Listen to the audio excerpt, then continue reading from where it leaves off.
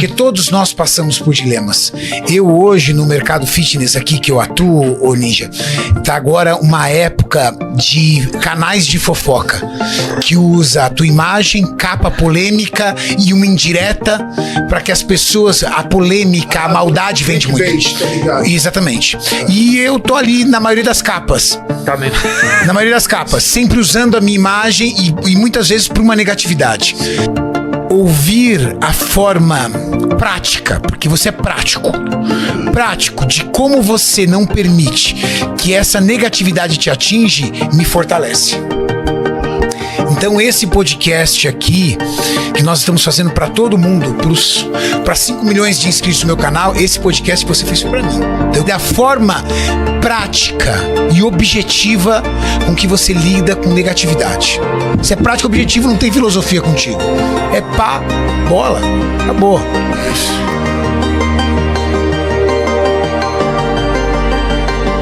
Marco Aurélio, um renomado filósofo e imperador romano, exerceu uma influência significativa como um dos 5 imperadores respeitados. Ele se tornou um emblema de autodisciplina e sabedoria, transcendendo seu papel de líder. O estoicismo, filosofia que ele incorporou, ensina como dominar os pensamentos negativos ocultos. A filosofia que ele adotou enfatizou a virtude e o pensamento racional como o caminho para uma vida plena, de acordo com os estoicos. Segundo essa perspectiva, a mente humana possui capacidades notáveis, mas também pode complicar o pensamento claro. Emoções descontroladas e preconceitos pessoais podem se infiltrar sutilmente em nossos processos de pensamento, muitas vezes sem que percebamos seu impacto. Devido a essa percepção, Marco Aurélio acreditava que nossas habilidades de tomada de decisão deveriam guiar nossas ações. Ele considerava o pensamento racional como a bússola que nos direciona para uma vida com propósito. Tendo isso em mente, é crucial aprender a gerenciar nossa percepção.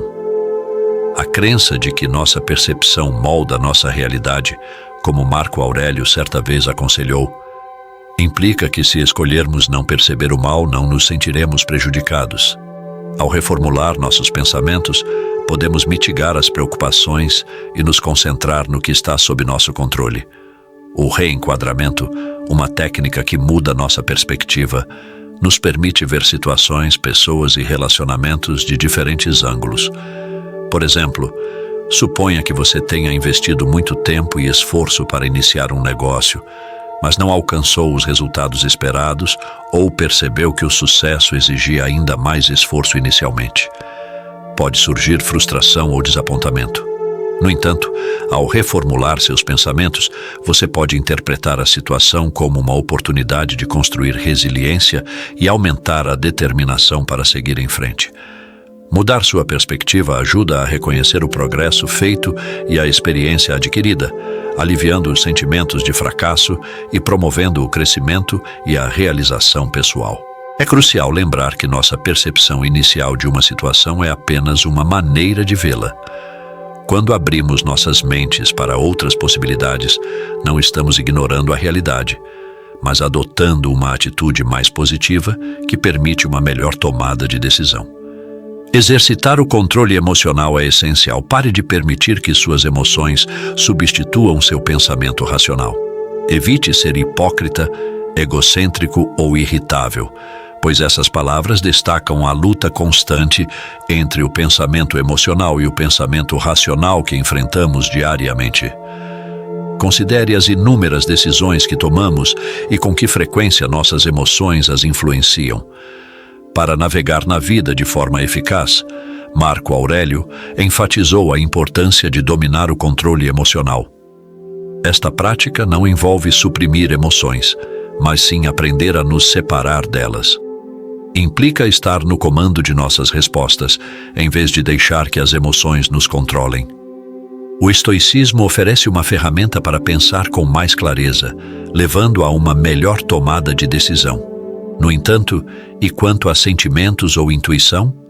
Embora a intuição possa ser útil, principalmente em situações que exigem respostas rápidas, não deve ser nosso único guia, especialmente quando se trata de decisões importantes na vida. como contemplar uma mudança de carreira ou se mudar para outro país. Marco Aurélio empregou a escrita como uma ferramenta poderosa para processar suas emoções. Por meio de suas reflexões documentadas nas meditações, ele sistematicamente examinava seus pensamentos e sentimentos, analisando-os pelas lentes da filosofia histórica. Escrever nos permite entender melhor a nós mesmos e tomar decisões bem ponderadas ao enfrentar decisões importantes ou situações desafiadoras. Contemplar uma mudança de carreira ou se mudar para outro país são exemplos de momentos em que escrever pode ser uma ferramenta valiosa para processar emoções e ganhar clareza mental, permitindo-nos ver as situações objetivamente em vez de emocionalmente. Escrever sobre nossos sentimentos pode proporcionar uma nova perspectiva e aumentar a clareza mental, permitindo-nos ver as situações objetivamente em vez de emocionalmente. Entender a dicotomia do controle é fundamental. Marco Aurélio afirmou certa vez: "Você tem poder sobre sua mente, não sobre os eventos externos. Perceba isso e encontrará a força." Essa citação enfatiza o princípio histórico conhecido como dicotomia do controle. Essa estratégia categoriza os problemas que encontramos em dois grupos: aqueles que podemos controlar e aqueles que não podemos. Ao distinguir entre essas duas categorias, podemos lidar efetivamente com os desafios. Muitas vezes, lutamos com o controle de duas maneiras principais. Em primeiro lugar, tentamos controlar coisas além do nosso controle, como as opiniões ou ações de outras pessoas, ou fatores como o clima que não podemos mudar.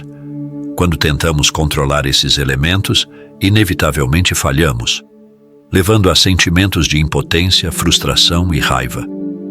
Em segundo lugar, negligenciamos assumir a responsabilidade por aquilo que podemos controlar, como nossas crenças, valores e percepções.